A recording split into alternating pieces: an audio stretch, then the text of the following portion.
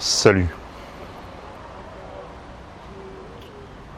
Je remarque que je suis un peu mal à l'aise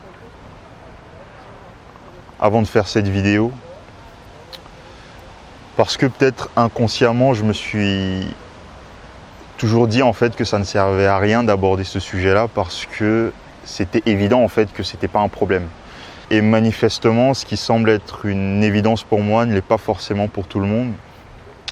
Et donc je me sens un peu obligé de parler de ce sujet-là. Séduire quand on est noir.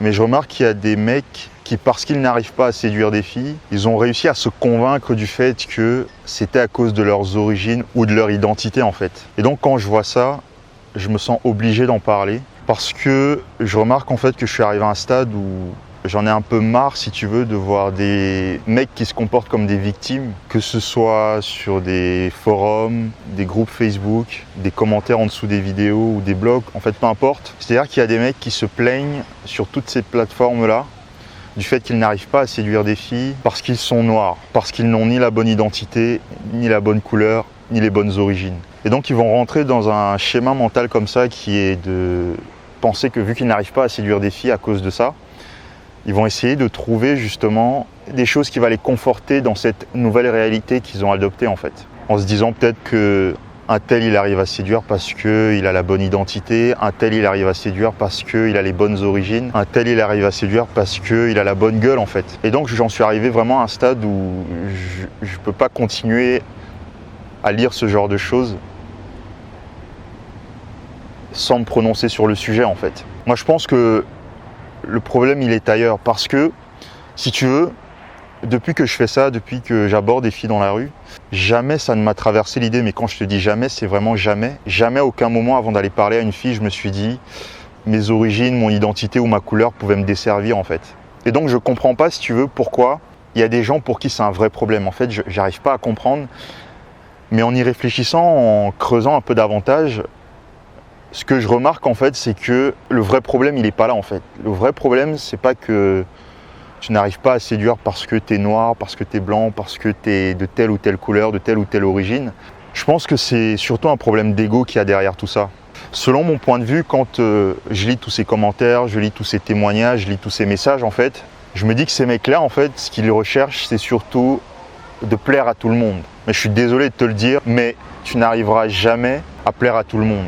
Et quelque part, si tu plais à tout le monde, ça veut dire que tu ne plais à personne en fait. Ça veut dire que quelque part, tu ne polarises pas les gens qu'il y a autour de toi. Mais vu que j'ai le sentiment qu'aujourd'hui, en fait, la plupart de ces gens qui se plaignent justement du fait qu'ils n'arrivent pas à séduire à cause de leurs origines, à cause de leur couleur, ils ont fini par s'emprisonner comme ça dans une réalité qui fait que systématiquement, ils vont continuer à chercher des éléments qui vont renforcer cette perception-là en fait. C'est ce que les anglo-saxons appellent, je crois, le biais de confirmation. C'est-à-dire que parce que tu vas penser que quelque chose est vrai, parce que tu auras réussi à te convaincre que quelque chose est vrai, tu vas systématiquement trouver des facteurs extérieurs qui vont te conforter dans cette réalité que tu as adoptée en fait.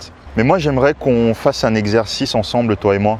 J'aimerais que tu t'imagines en fait pendant quelques minutes en train d'arriver dans un endroit, je sais pas, peut-être un bar, peut-être en boîte de nuit, peut-être même une soirée dans un appartement en fait, ou même dans la rue quand tu te promènes.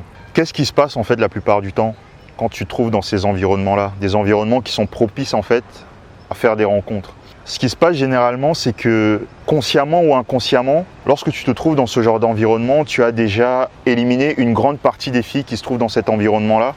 Pourquoi ? Parce que tu sais que tu n'as même pas envie de discuter avec elles en fait. Tu n'as même pas envie de savoir qui elles sont. Parce que peut-être que physiquement, elles ont un truc qui fait que tu veux pas savoir qui elles sont en fait. Et ça, c'est un peu la cruauté avec nous les mecs, c'est qu'on juge avant tout sur le physique. Je dis pas que les filles ne le font pas, oui elles le font aussi, mais je pense que c'est notre particularité à nous les mecs. Et donc pourquoi, si toi tu t'octroies le droit de rejeter comme ça les filles avant même de leur parler, pour leur apparence physique, les filles en retour n'auraient pas le droit de ne pas être intéressées par toi pour ce que tu es en fait. Et je vais être honnête avec toi sur une chose, oui effectivement il y a des filles par le passé ou même aujourd'hui encore qui me plaisent, qui m'attirent énormément, que je désire, que j'ai envie de faire entrer dans ma vie mais je n'y arrive pas. Tout simplement parce que je ne suis pas leur type, parce que je ne corresponds pas à leurs critères en fait, que ce soit physique ou autre.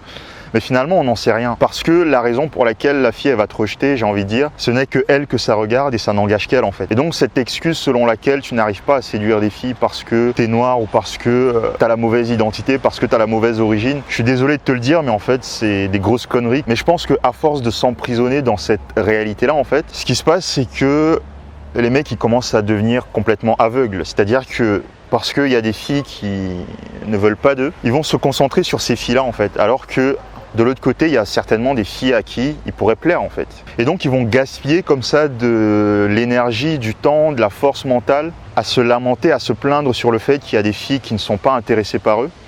Alors que de l'autre côté, il y a d'autres filles qui leur tendent les bras, mais ils ont décidé de ne pas les regarder, en fait. Quand j'aborde des filles dans la rue, il y a certaines filles sur qui je tombe et qui me disent texto. Mais je sais pas, j'aime bien les noirs, je m'entends bien avec eux. Et donc je comprends pas en fait pourquoi ces mecs-là, ils perdent du temps et de l'énergie à se lamenter sur le fait qu'ils n'arrivent pas à séduire certaines filles, alors qu'ils pourraient continuer à faire des rencontres, qu'ils pourraient continuer à essayer de provoquer des rencontres, et forcément ils vont tomber sur des filles qui seront intéressées par eux en fait. Et donc pourquoi pas déplacer cette énergie que tu emploies en fait à te plaindre pour dire que tu n'arrives pas à séduire des filles qui ne veulent pas de toi, en l'utilisant finalement avec des filles qui, elles, seront réellement intéressées par toi en fait.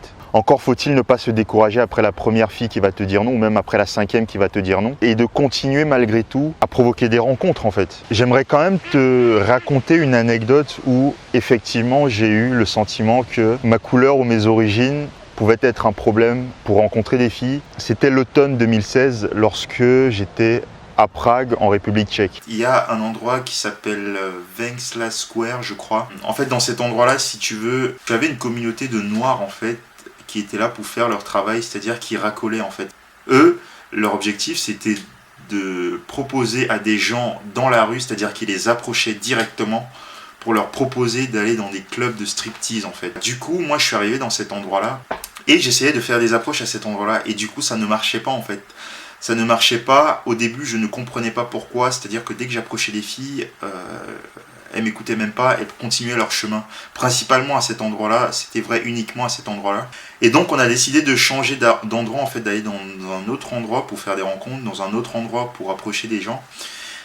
Surtout des filles, et ça marchait beaucoup mieux en fait. Et finalement, c'était même pas ça le problème, c'était juste l'environnement dans lequel j'essayais d'aborder des filles dans la rue. Je pense que les filles, elles faisaient une association d'idées dans la mesure où elles pensaient que j'étais là pour leur proposer d'aller dans des clubs de striptease, alors que c'était pas du tout le cas. Et donc je pense qu'il faudrait arrêter avec cette fausse croyance selon laquelle tu n'arriverais pas à séduire des filles parce que t'es noir, parce que t'es de telle ou telle origine, parce que t'as pas la bonne identité. Tout ça, comme je t'ai dit tout à l'heure, c'est des conneries en fait. C'est juste une prison mentale que tu as réussi à te créer en fait. Et donc maintenant la solution, c'est d'en sortir et d'adopter le bon état d'esprit et surtout changer ses croyances. Ça fera bientôt 3 ans que j'aborde très régulièrement des filles dans la rue. Je sais pas combien d'histoires extraordinaires j'ai vécues comme ça. Et certaines de ces histoires, j'en parle sur ma chaîne YouTube. Moi, je te dis à bientôt dans une prochaine vidéo, à bientôt dans un prochain podcast. Et comme toujours, je t'invite à garder le sourire au fil des rencontres. Salut!